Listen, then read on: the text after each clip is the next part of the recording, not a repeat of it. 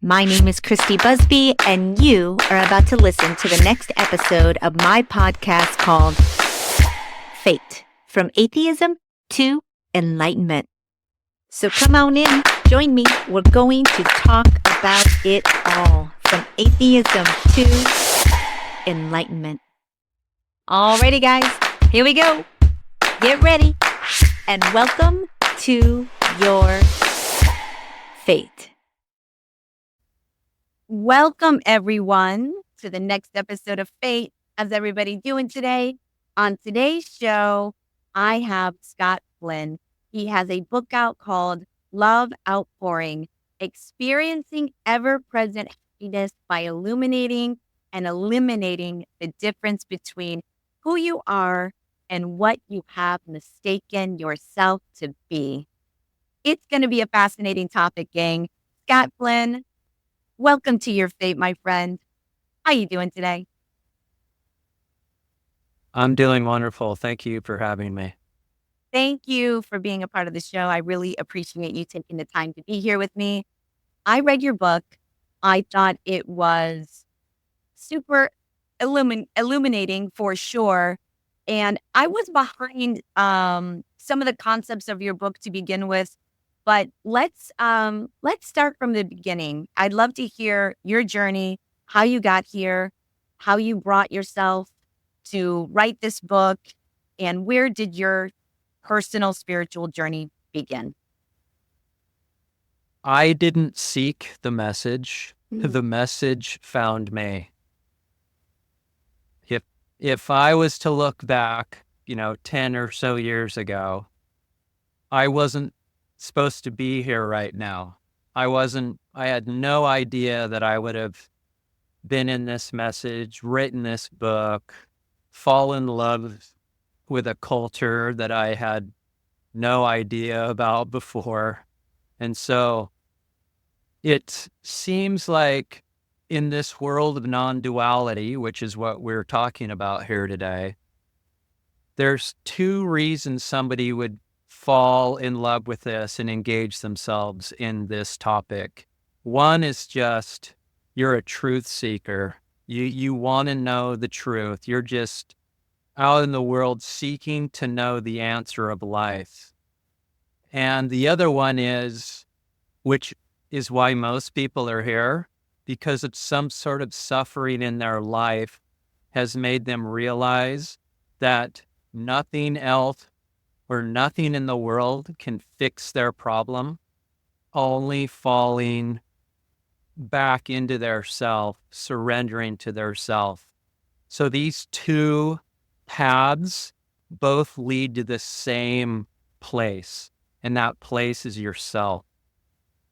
Were you not a victim of the trauma and the suffering? You were more, it happened organically. It happened a natural pull, a natural destination for you with these concepts, with dipping yourself in this spiritual world that you're speaking of?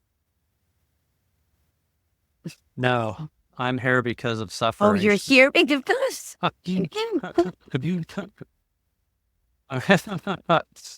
I fall into the larger bucket. Now, when I look deeper, we're all seeking the truth in everything we do in our life. And the truth is happiness. We all want to be happy. But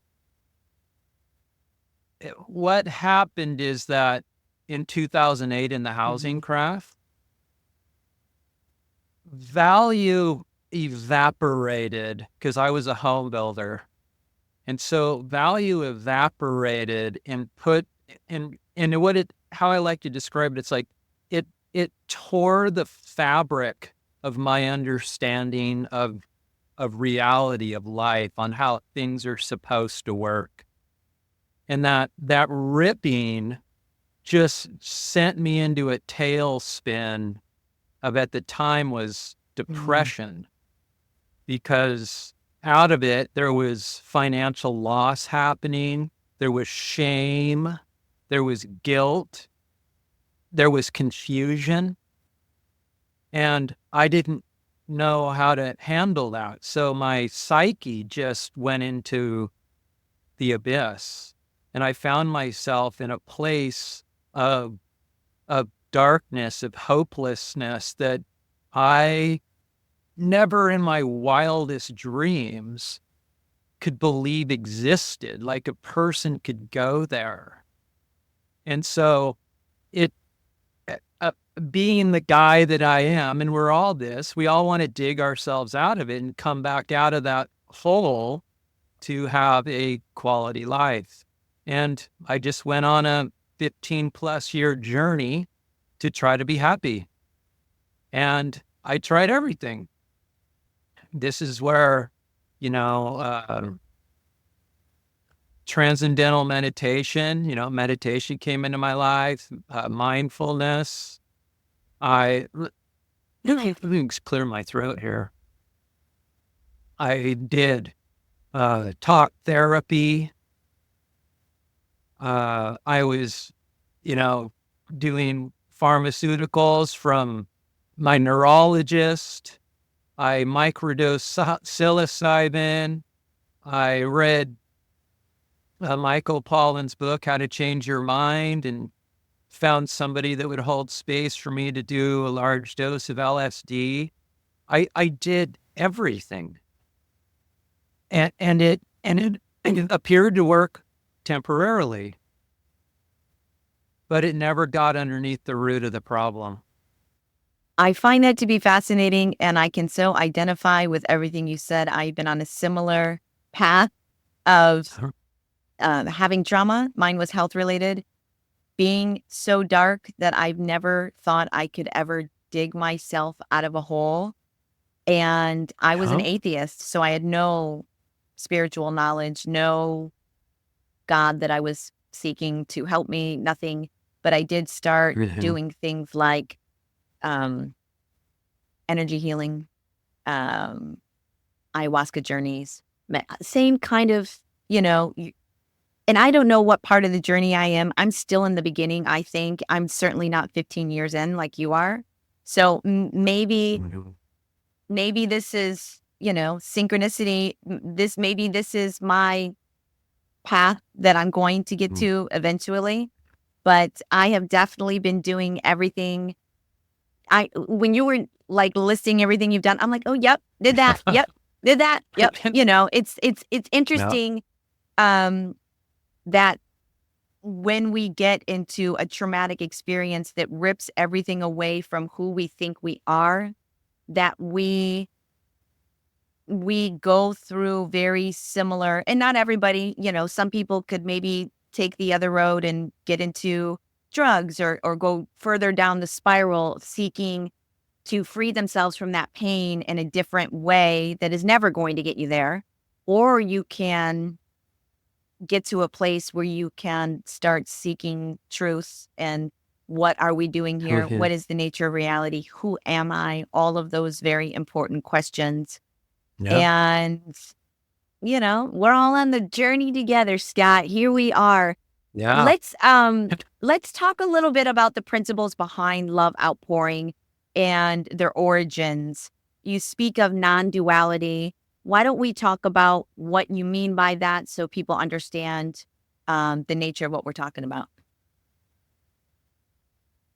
Yeah. So about 8 years ago in this journey, somebody along the way who was an acquaintance at the time, who's now a really good friend, put a non-duality book in my hands and said, I think you might be interested in this. This might be what you're after.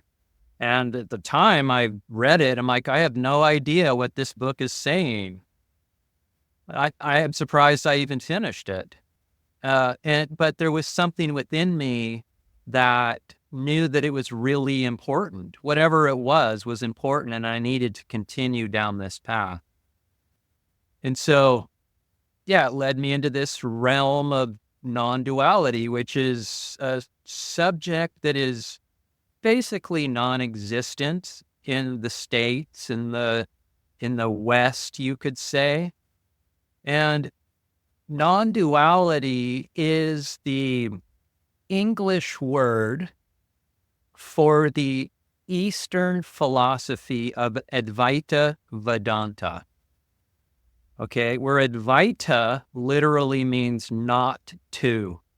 So non-dual and Advaita are the same word. And then Vedanta is actually a body of knowledge at the end of the Vedas. And so we would call that a philosophy, but to the Indians, it is a way of life, a way of being. It's not a thing. It's not a body of man-made knowledge. It's a way. And this way, the Indians say, is pointing to a one reality. It means that there's one substance here that's creating all of the apparent multiplicity. And that one substance is awareness. And because you're aware, I'm aware, all 8 billion of us are aware, we somehow have this one substance within us. And theoretically, everything we know has to be that one substance as well. And this one substance of awareness we call self or ourself. That's what makes it so like intimate. Like we are aware and we cannot deny that we are aware. You know, this is where it starts to get really, really profound, because when you ask yourself, tell me a time when you haven't been aware, Right. you can't, because everything that you know, you have to be aware that you know that. Right? So you can start to walk through everything like, well, I'm aware in the waking state, right? We're aware right now. I'm aware in the dream state because I'm aware I have dreams. I'm aware in the sleeping state. People say, what do you mean? I'm asleep. Well, what is aware that you had a good night's sleep or a bad night's sleep? What was aware of the alarm clock when it went off? What was aware that there was a gap between sleeping or a dreaming and wakefulness, right? There's a blackout. There's something there. That is the awareness that knows you're asleep. We can continue to take this deeper with like near-death experiences, right? People give these beautiful, I went to heaven. I saw God in these beautiful realms. Yes. What was aware of that? Psychedelic trips. You get blown into the cosmos. You get whipped around. You see God. You are the light. You are God. Well, what's aware of that? Right? So this starts to get really profound. Like it is the one substance that's here. I'm glad that you said when you first got a non-duality book and you put it in your hand and you said, I had a hard time wrapping my head and understanding it, because it is so is intriguing. And I read the book. It's hard to wrap your head around it.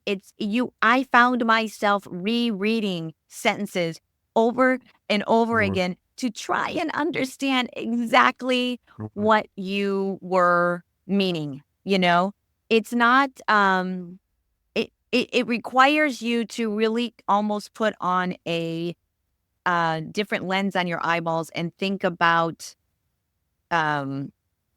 who you are versus your ego is it's a hard concept to try and get around.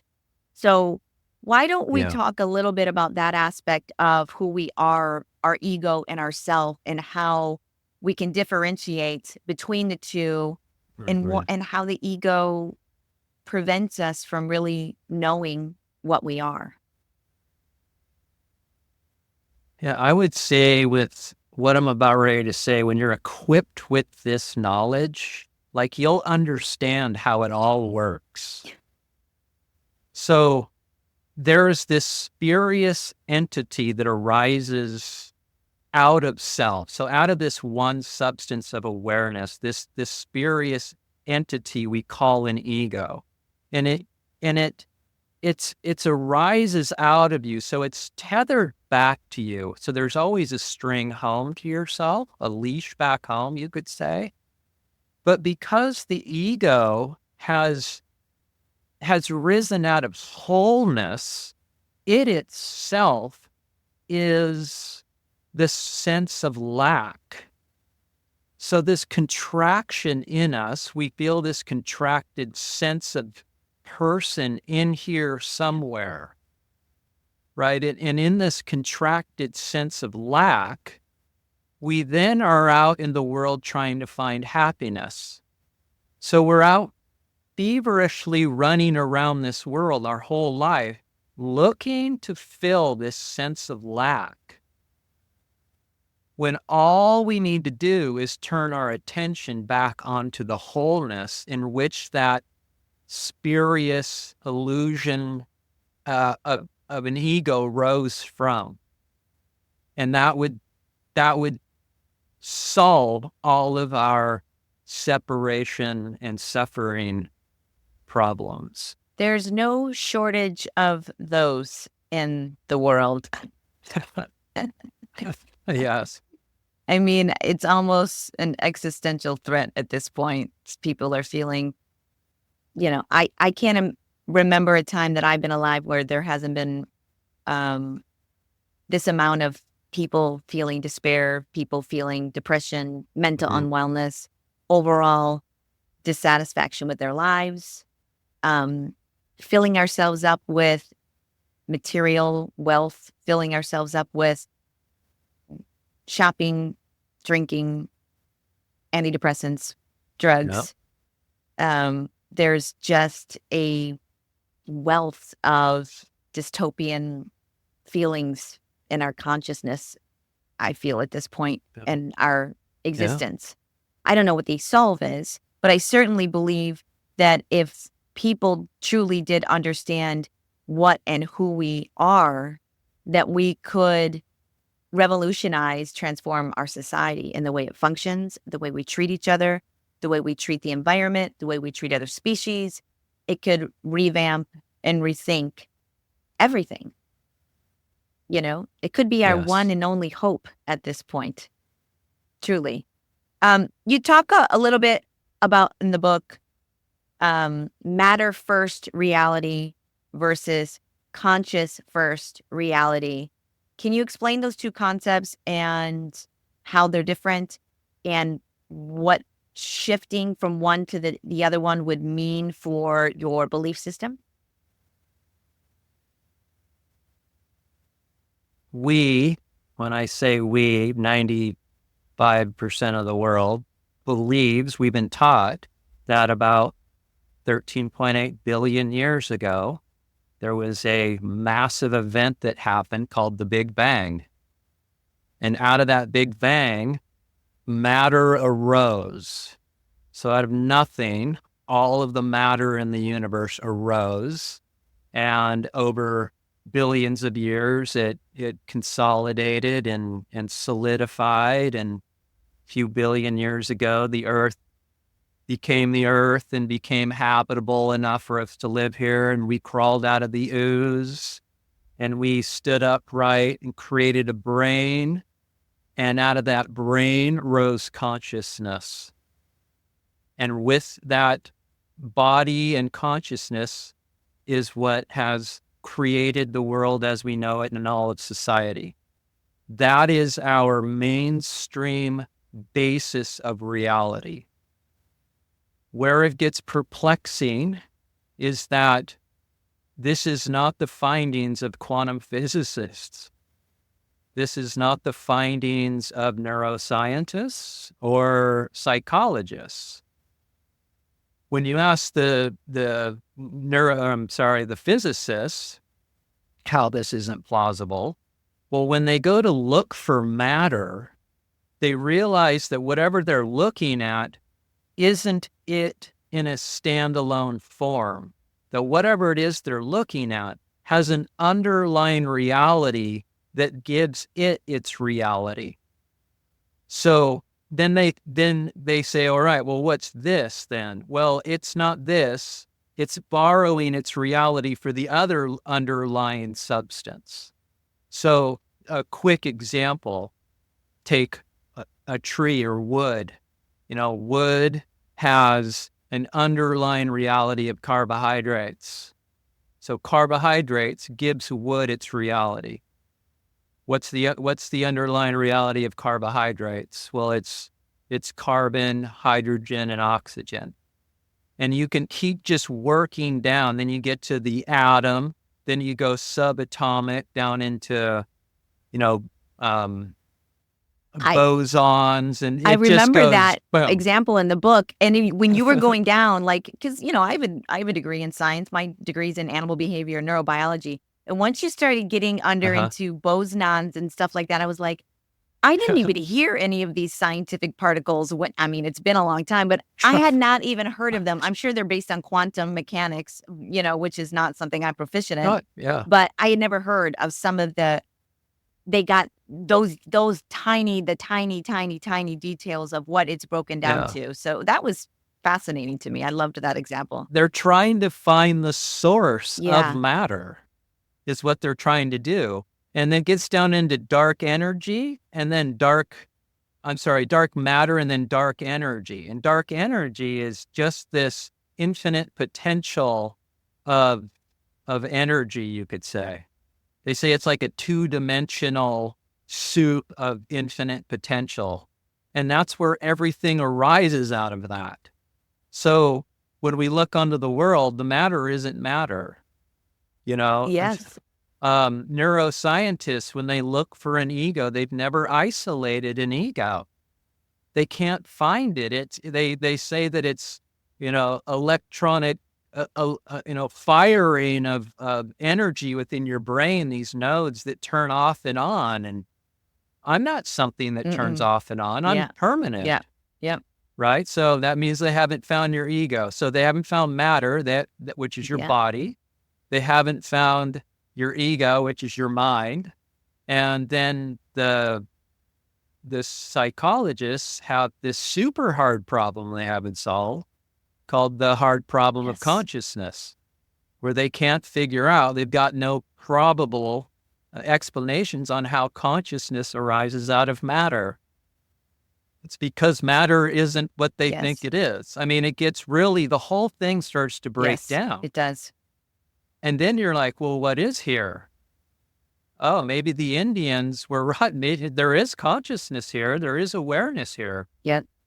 That that has to be it. That is what we're looking for, which then a new model needs to be built out of what we absolutely know, which is awareness. And that's where the consciousness first model comes into play.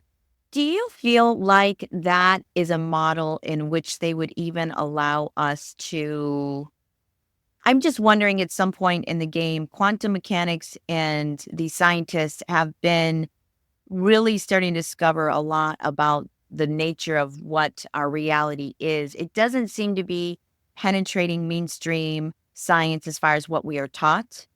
And many people are not aware of these principles unless you're dancing in this kind of niche spirituality, you know, things. Most people are not taught about quantum mechanics, dark energy, or any of this.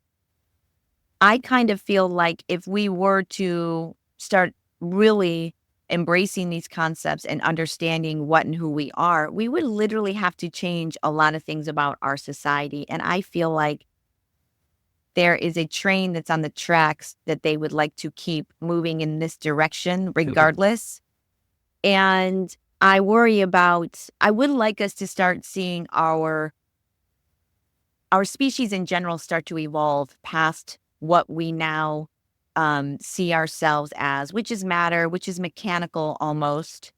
Um, sure, people have religion, but even religion is very based in fear, in judgment, in not love. I don't see organized religion based in a whole lot of love. I feel like it's based in fear model. If you do this, you're going to go to hell. If you, um, you know, you have to. listen to your church elders, your priest, your whatever, instead of looking within and understanding your true nature of what and who you are? Like, what do you feel like the long term of getting a book like this out could really do to change our society and how people interact and feel about themselves, the planet, and everyone else? So this message isn't about a person having a better Okay. life. This is about experiencing eternal peace.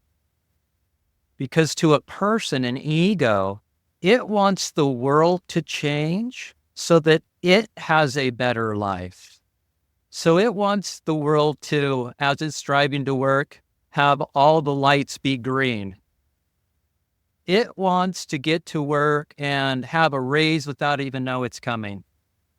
It wants to get the phone call that their son or daughter just got another A on their test.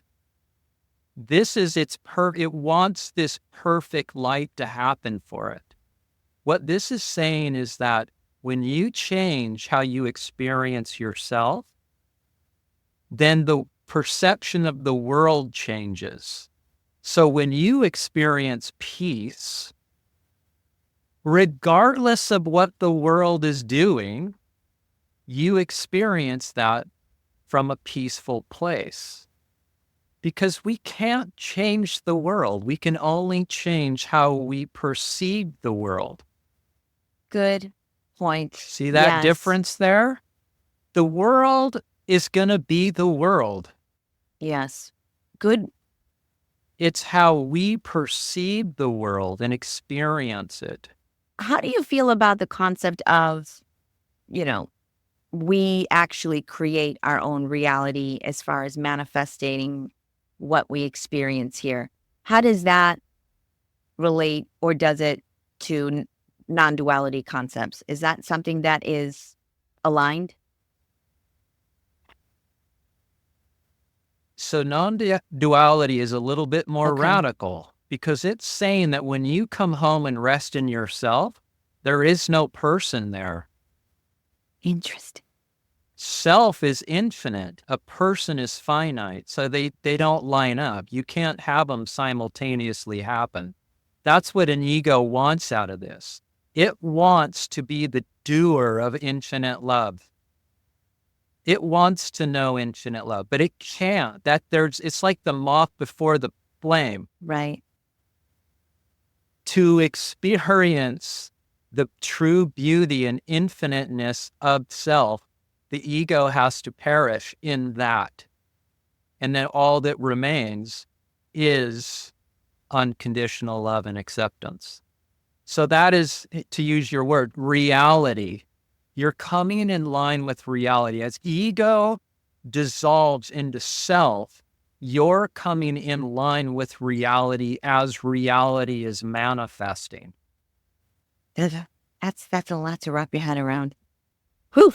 Oh, Yes, and nobody does reality. right. It's see this again. This is to your earlier point. This is the conflict in society, like why we don't want to Yeah. go there, because we're so attached to our identity that who would we be without our identities? I have been starting to let go of pieces of that through my own meditation practices and learning about spiritual concepts. And this is going to help me on my path as well, of letting go of, like, I am not my job. I am not, um, I am not, a daughter. I am something other than these categories. Way Yeah. greater than Yeah, those. these categories that you put Right. yourselves in, that people become very attached to their identity and truly have a hard time letting go. But I am Yeah. working on those aspects. The ego is very powerful, and we are, Yes. I think, run by our egos in a lot of ways. We're not even conscious of it because we are just used to um bowing down to it in a way, giving into it, allowing it to lead us in whatever direction it wants to in the moment. And I think most of us aren't even conscious of our egos whatsoever.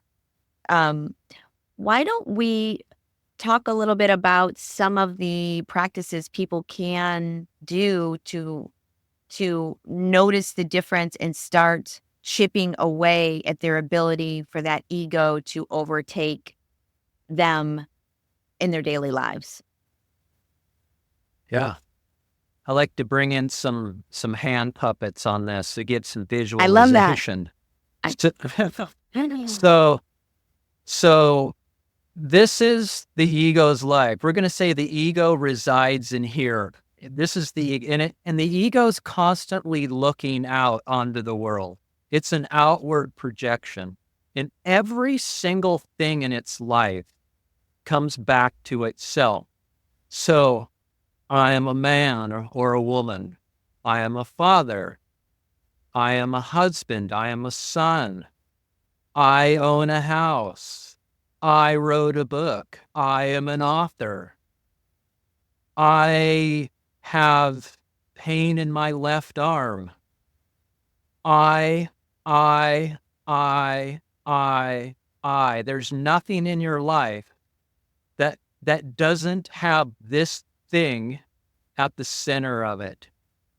Okay, so what this message is saying is that we're not denying anything in our life. What we're saying at the beginning, at least, is we're not interested in anything that's happening in our life. We just let it be. This message is about learning how to let everything be as it is. So we just let our life be as it is. What differs here is that instead of having our attention out into our life, we're turning that attention back onto the I and we're questioning it. All we're concerned about is this. Who is this I that believes he's a father? Who is this I that owns a house? Who is this I that's experiencing pain in his left arm? And so what this does, it starts to question the one we think we are, or the one we've mistaken ourselves to be. And when the more we turn our attention on it to scrutinize it and analyze it, investigate into it, the more we realize directly, and this is the main point, the ego realizes that it is non-existent. This is where it gets profound.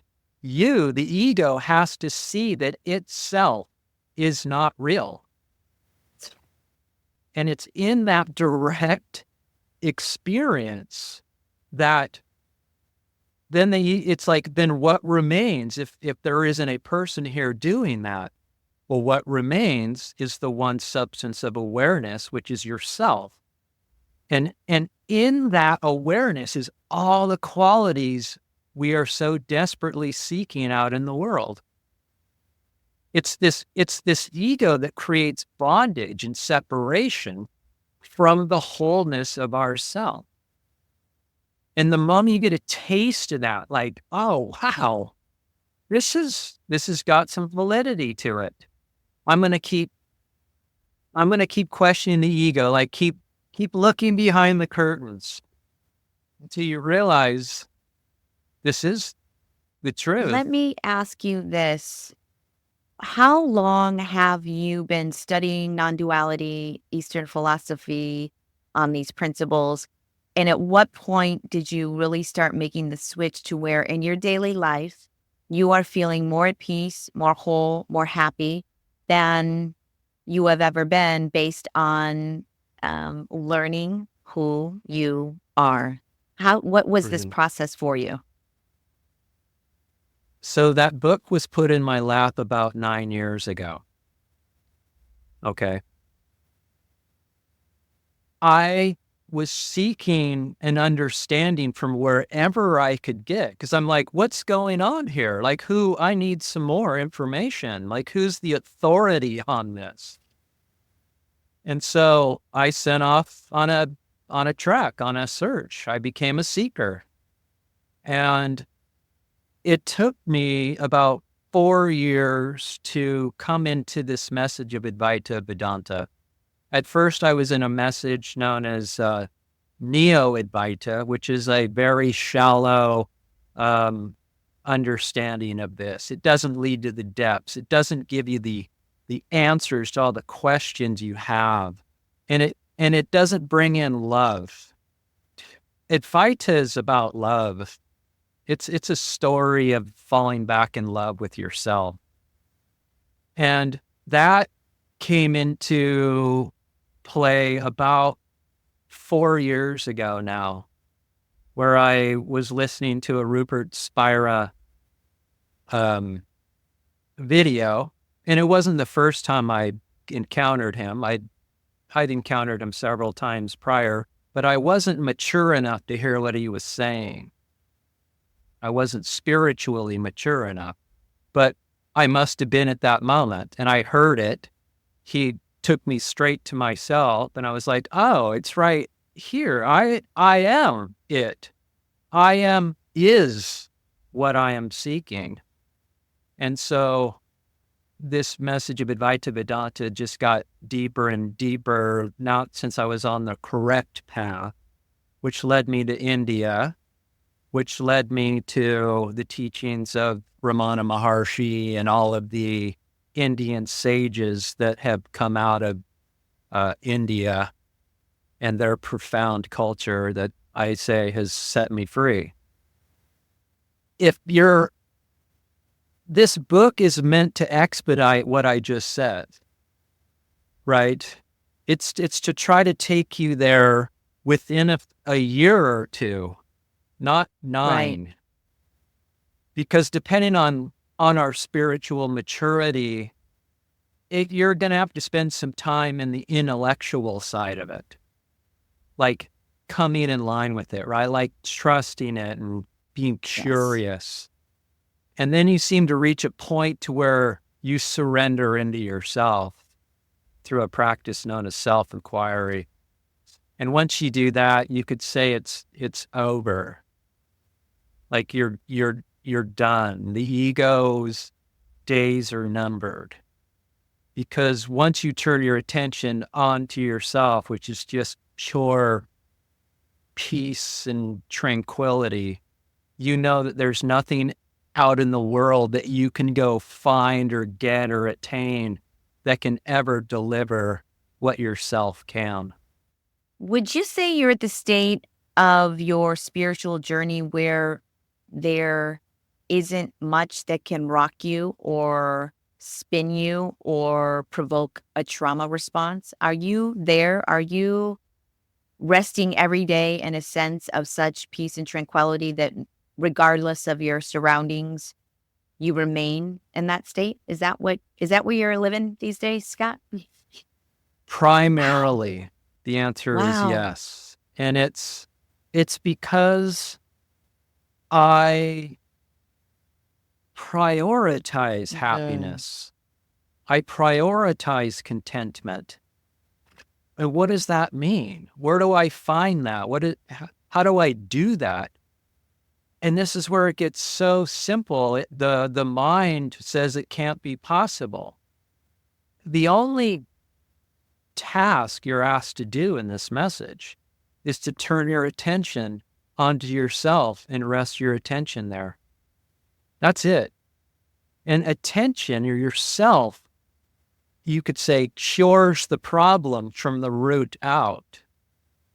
Because the ego won't cure itself. It will play the game. It will morph into now the guy who's at peace with himself. See how slippery it is slippery.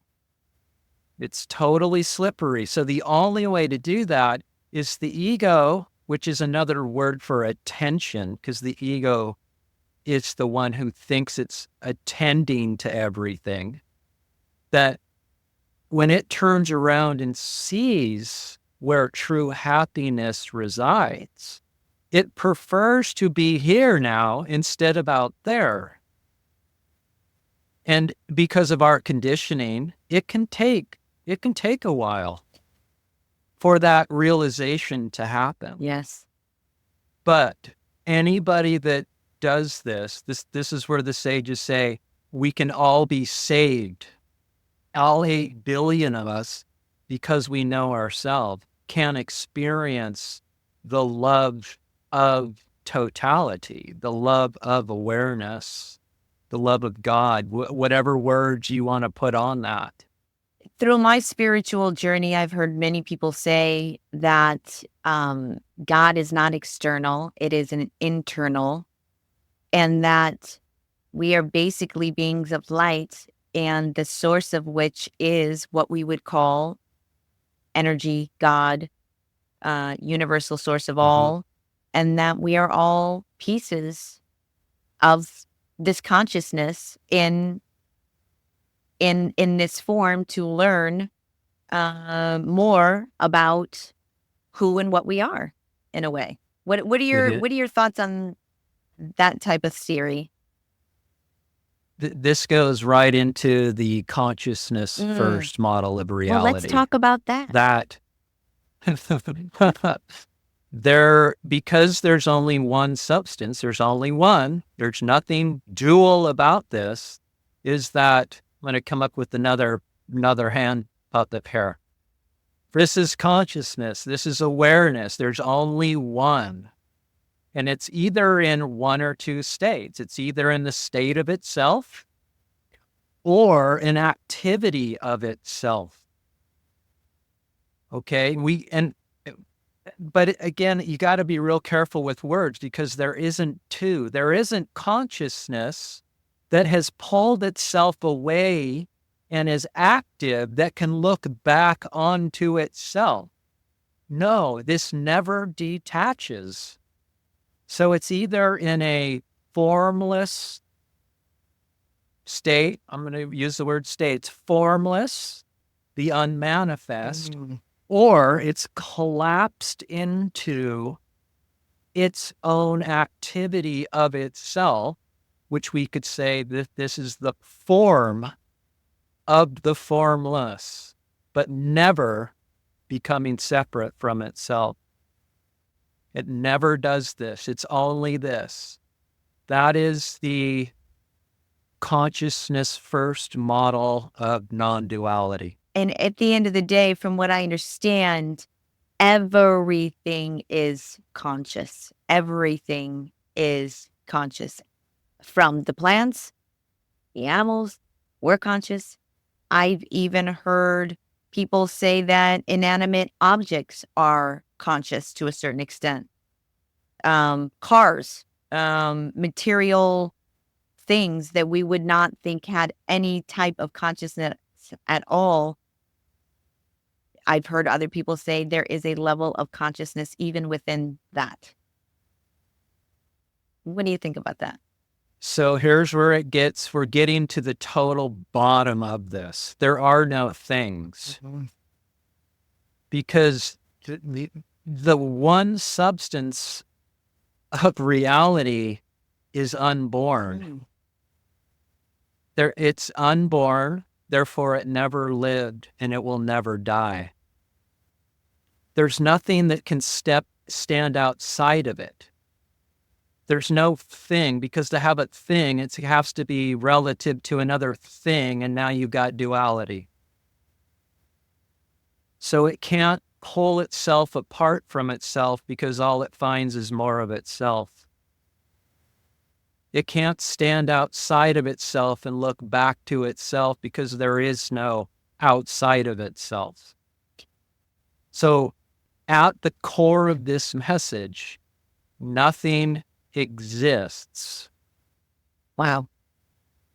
That's where it gets really deep. Hard to wrap your head around that. Really hard. But that's what allows for a non-dual. This has to be the case for there to be non-duality. Yes. Yeah.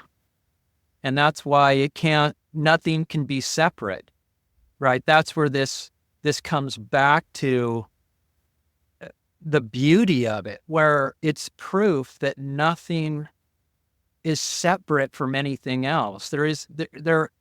there can't be separation. There's only Yeah. unity. We are victims in a way to our own five senses. We can only interpret things based on our ability to see, touch, taste, smell them.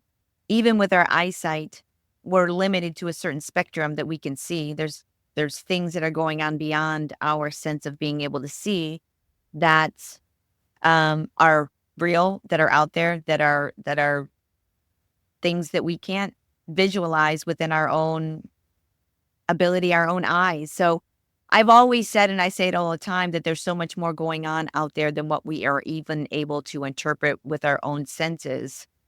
And it's getting into these concepts, it really is something that you need, I feel, and I'm going to um, take time to practice. You take time to sit and contemplate these questions such as who am I, who is aware, what am I feeling, looking within. It feels like it's not the easiest thing in the world to step into or grasp. Did you find your journey to be difficult to step into these concepts and hard to accept and grasp and initially at least find yourself? Because it seems difficult to find yourself. Absolutely. It Yeah. freaked me out. That book freaked me out, the little blue book 9 years ago, because it said, you're not who Yeah. you think you are. And at the time, well, then who am I? Like, what am I? If I'm not this, does that mean I need to die somehow? It's weird. Like, because it was so new and it kind of came in so fast and I couldn't get the questions answered quick enough.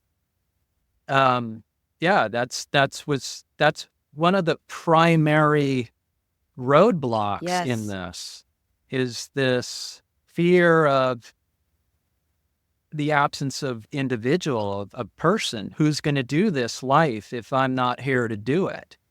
And the answer is the same thing that's been doing this life your entire life. It's been carrying you this whole life, and that's yourself.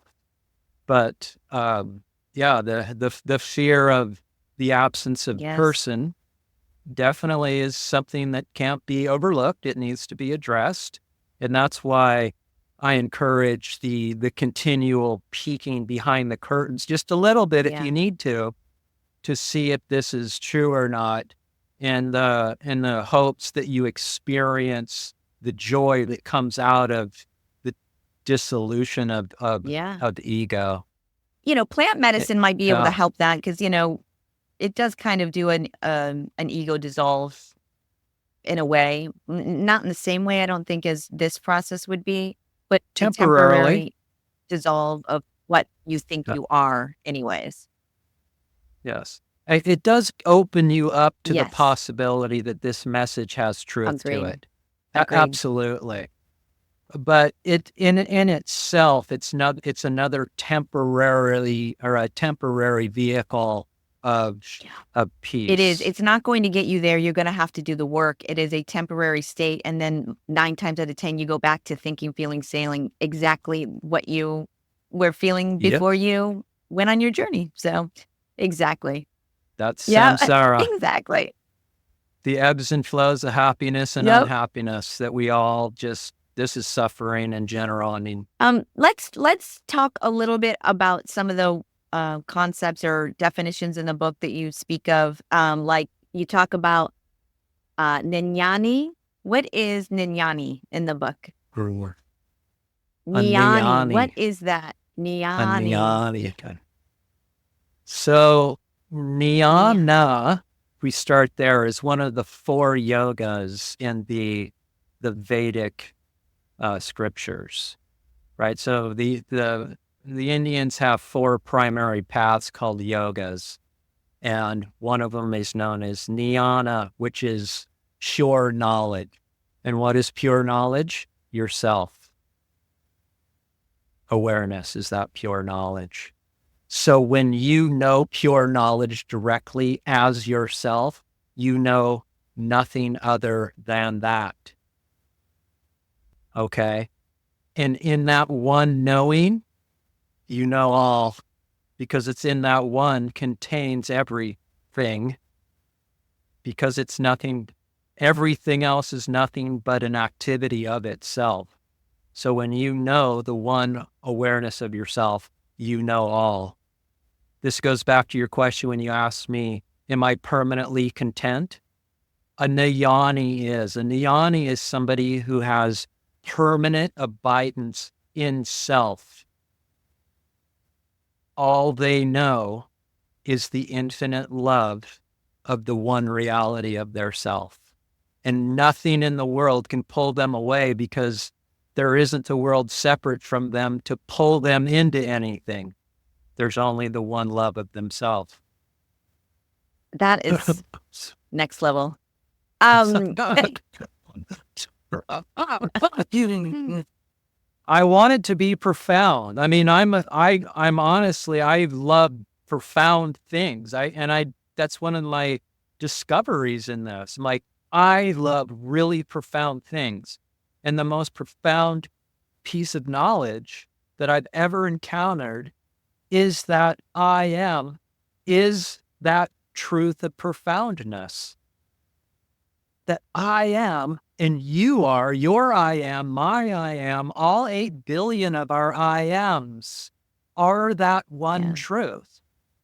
That is fascinating. So let me, and we also, in the book, you talk about the neti and the self-inquiry process. Well, can you talk to us a little bit about the steps in which we get to where you are in life? We all want to be where Scott is in life. Let's just face it. We do. Well, I mean, you are. That's the thing. This message isn't anything new. It's not, you're not learning anything new. You're remembering what you've always been. That's great. Yeah. Right? The ego thinks it's something new. It's out wanting to get a new philosophy, a new religion, a new take on life. No, there's nothing new here. That's the good news of the day. That's the gospel of the day. That you are this as well.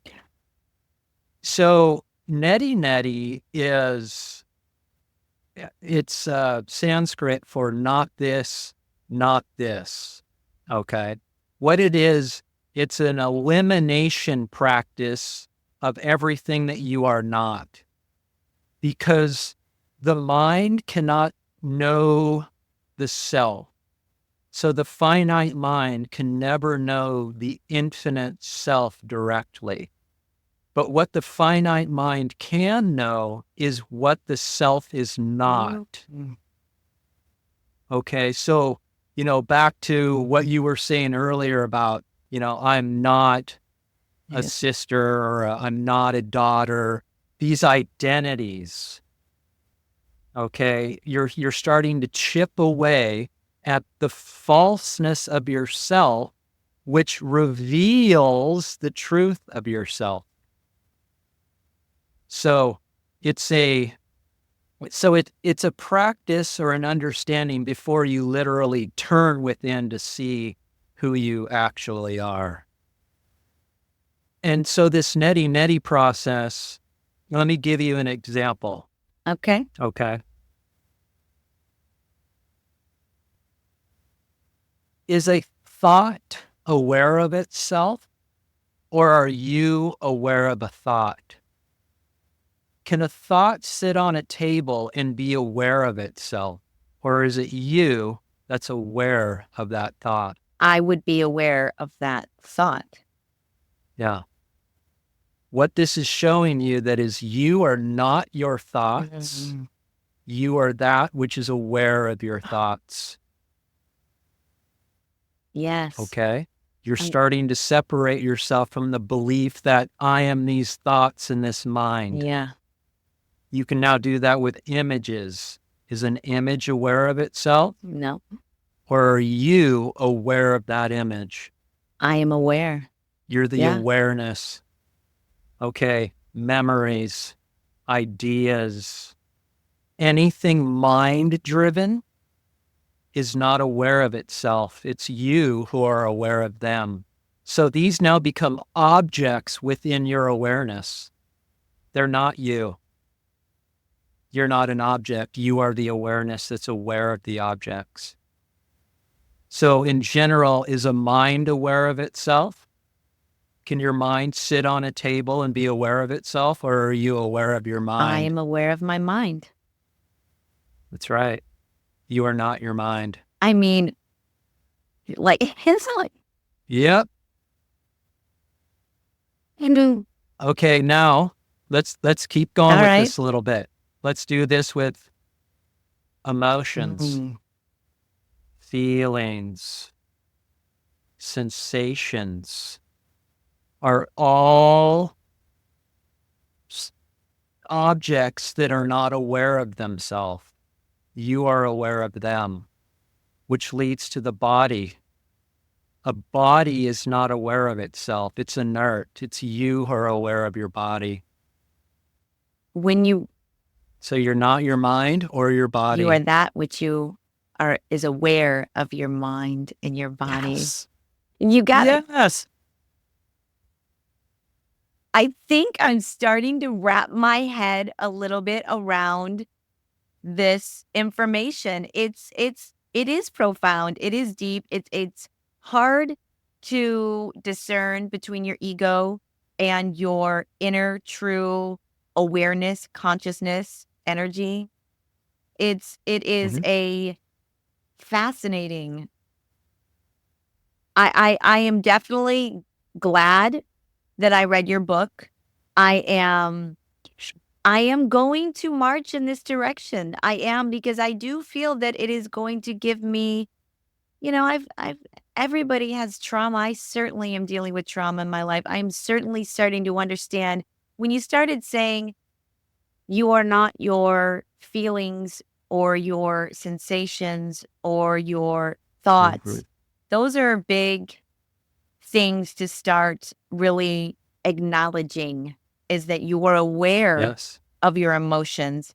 Because I do feel like we get so led by our emotions instead of feeling them, realizing what they are, that you are not them, that you don't have to maybe entertain every single emotion. Maybe you don't have to entertain every single sensation. You are aware of them, but it doesn't mean you need to um, react, maybe. Yes. I mean, what you were just introduced to there, you were just introduced to yourself. That like gave me, You're the awareness. And when you smile, like I can tell when people tap in because they smile because you are the love you seek. And when you turn your attention onto who you actually are, there's a release, a release. it's definitely a gift. And it's you just came home to yourself. Like you can't forget this. This is direct knowledge that you can't forget. This is part of the profoundness of this message is that we only are interested in that which can be experienced directly, which you just Yeah. did. Wow. And if you turn to that awareness, we didn't talk about the qualities of the Well, awareness, right? Awareness, when you turn your attention there, is this boundless space of freedom, right? You become free. The body becomes free because the body follows the mind. When this says that there's problems, this tenses up yeah. or loosens up depending on what this does. This is saying that the mind is basically dissolving, which then dissolves all of the tension within the body. And what does that? Knowing ourselves. So we continue, we're like, all I have to do is continue to turn my attention here. and it will take care of the mind and the body. That's a revelation, ladies and gentlemen. That is, right? That is a revelation. You should, have you ever thought about teaching a class on this? Well, I do give, free one-on-one sessions to where I meet people where they are. So some people are just getting started, and depending on where we are, I don't rush them into anything. And then some people are already, in self-inquiry and want pointers, you could say.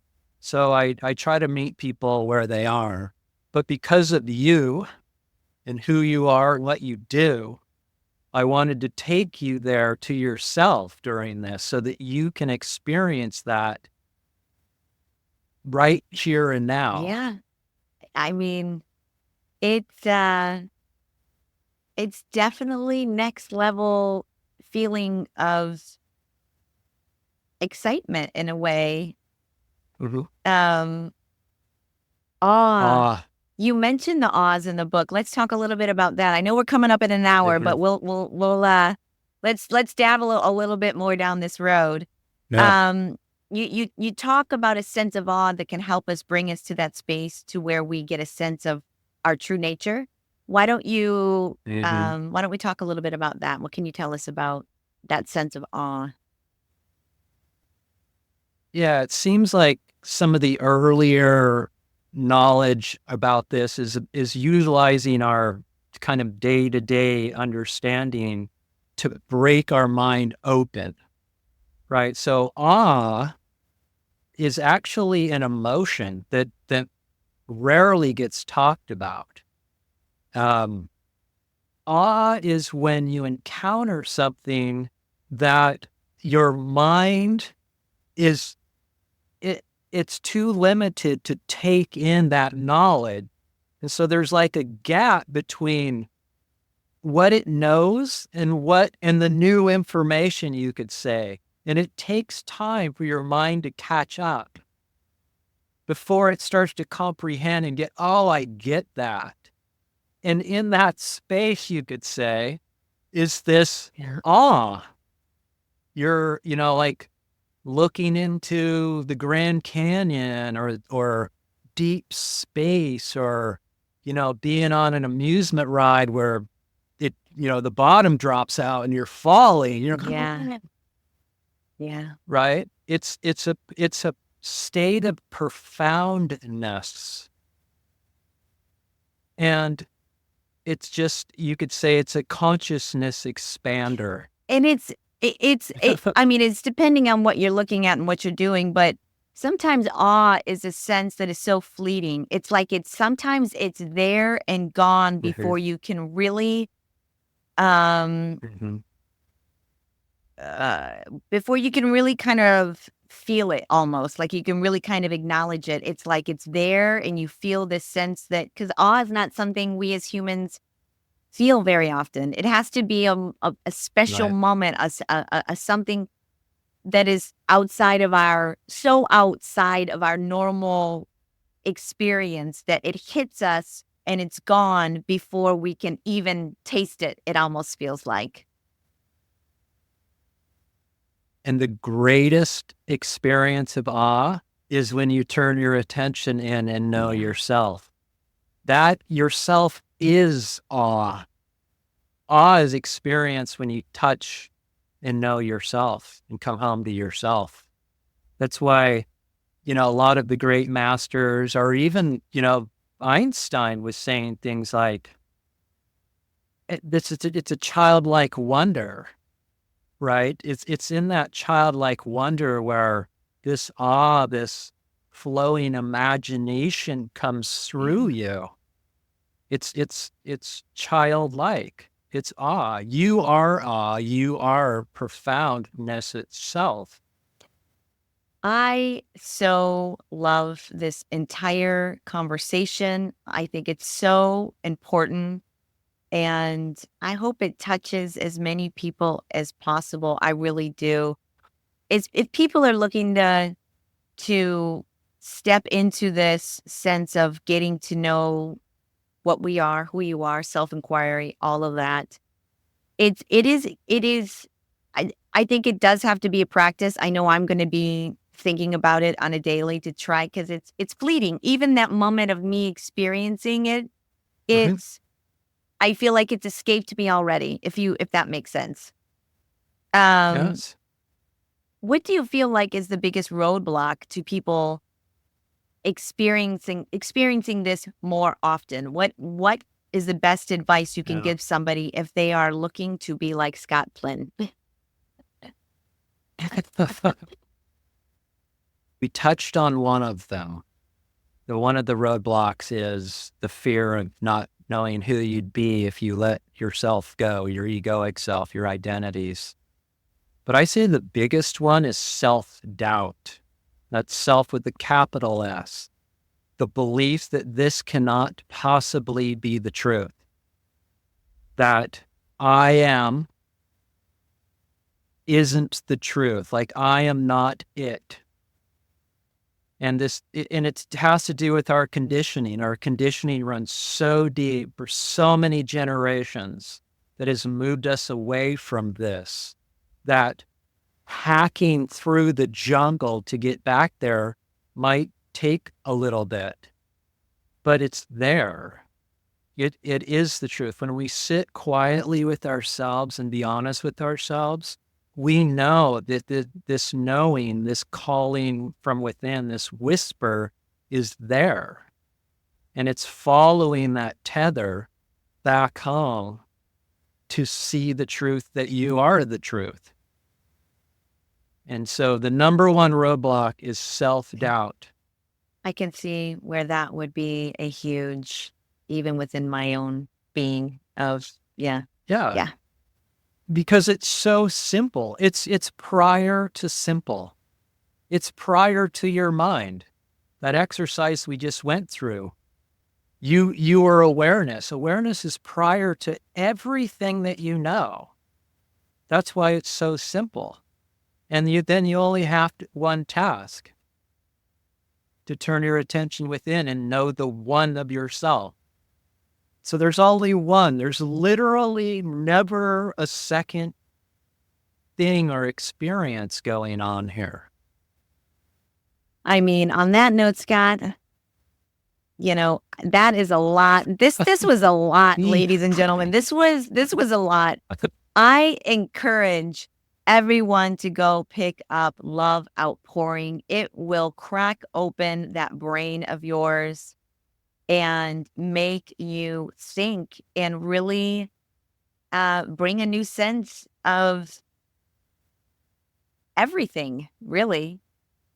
Yes, Yes. peace. It's the only Yes. thing. I mean, I can't thank you enough for coming on the show and speaking with me today and allowing me to momentarily even acknowledging and understanding the sense of self of I that lies within, that is not involved with my egoic mind. It's prior Yeah. to it. Yeah. I mean, it is just really exciting. I'm going to March 4th. I'm on my own spiritual journey here. And part of the reason why I started this podcast was to learn everything I could about who we are, the nature of reality, what happens to us when we die. How can I be more at peace and have a sense of myself more while I am in this form, in this 3D plane that we live in. And this Mhm. is one of these episodes that was really another bridge to a new journey, really. So Mhm. thank you, Scott Flynn, for Thank you, being Christy. a part of the show. Um, where can people pick up your book? So Amazon and Barnes and Nobles, all the typical Okay. places. They can find me online. My website is Oh, great. loveoutpouring.com. My YouTube channel is at Love Oh, great. Outpouring. So I keep it So, simple. if people wanted to reach out to you for tips and for insight into how to seek their own internal happiness and bliss, they can reach out to you to your website for that help.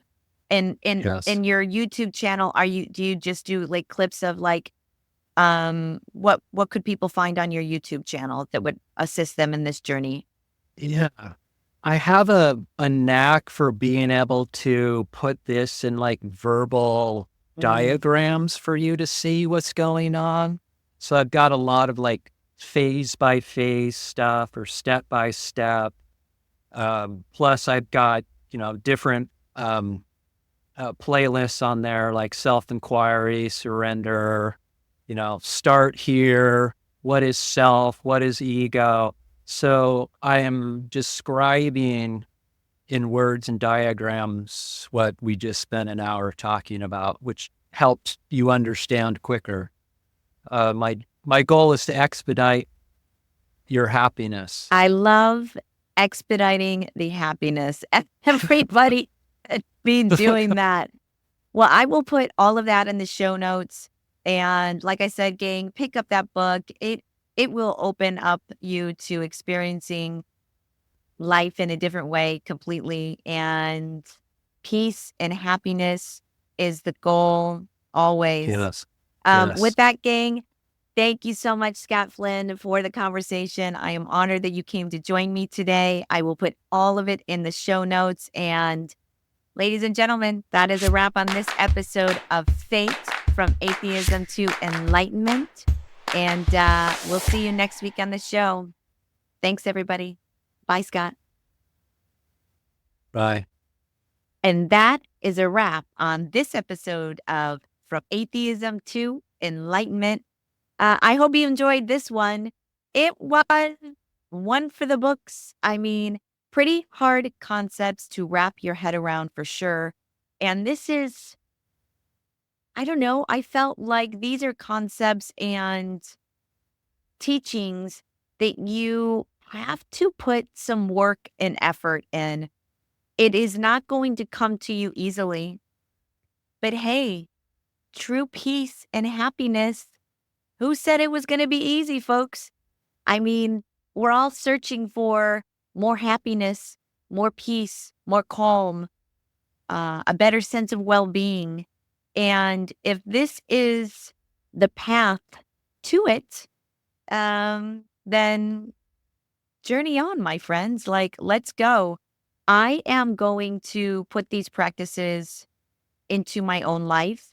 I'm going to do it in baby steps because it is it is a lot to take on as far as the change within that's going to have to occur. And you kind of have to change the entire way in which you see yourself that you've been swimming in for however long you've been here. So it's I don't think it's entirely easy to get into this space of eternal bliss and happiness and separating the ego from the self and understanding that we are not the doer, that we are not our ego, that we are a energy, a consciousness, and awareness that lies within, and that you need to turn yourself inward and rest in that knowingness that you are a one consciousness reality, that we are all one. I mean, pretty deep stuff. I didn't get to ask him about his own religious background, if he had any, but I would have been curious to see what Scott would have had to have said about organized religion, uh, our concept of what mainstream thinks of what God is. We didn't really go there, but maybe he'll come back on the show. You never know. He was an interesting person to talk to. I will definitely look him up on YouTube and seek out his videos. And even after the show, when we're waiting for the download, he was like, "Call me, reach out to me. I'll give you some tips." And pick up his book, Love Outpouring, Experiencing Ever Present Happiness and Illuminating and Eliminating the difference between who you are and what you mistake yourself to be. That's a big, long title, but there is a lot packed in that book. Like I said in the show, had to reread a lot of the concepts to get a clear understanding of what he was trying to convey, because it is a lot of yourself as is yourself, and almost it's not an easy read. It's something you actually have to think about as you are reading, or you're going to miss out on the lesson it's trying to teach you. So if this resonates with you, if this episode is something that you're saying, this sounds like something that um could bring me joy or peace or bliss, which it will. I will definitely keep you posted on my journey into non-dualism. A part of me fears that change of letting go of my ego 24/7, because you're comfortable. You love your ego. Everybody, to a certain extent, you definitely have a sense of self that is not your true self, the self that we're all clinging to for all the answers, for all the insights, for all the doing, for all the thinking, is not who our inner being truly is. And it is a scary prospect to let go and solely swim within that peace and bliss of just conscious awareness. And that's why I'm going to do it with baby steps. A little bit here. Let's, ask yourself the question, who am I? Who am I? Who is thinking this? Who is feeling this? Am I aware of my own thoughts, my own feelings? It's a profoundly inspirational situation that we're going to find ourselves in. I will keep you posted. On that note, guys, I'm going to leave Scott's information in the show notes, and pick up his book if it resonates with you. It's something that is speaking to you. I really encourage you to dance in this direction. It can only bring you peace, and we all need a little peace and happiness in our lives these days, for sure. If you're liking the show and you're liking what I'm talking about, do me a favor, like, subscribe, share, tell a friend. I need all the help I can get. I would love to take as many people as possible on this journey with me. I have been feeling inspired today by this conversation. I hope it has inspired someone out there in the world to get on their own path and to seek their own sense of well-being, peace, and happiness. And that's all you can do in the world, With that, gang, thank you for listening, watching, supporting. And we will see you next week on From Atheism to Enlightenment. And welcome to your fate, gang. I'll see you next week. Bye.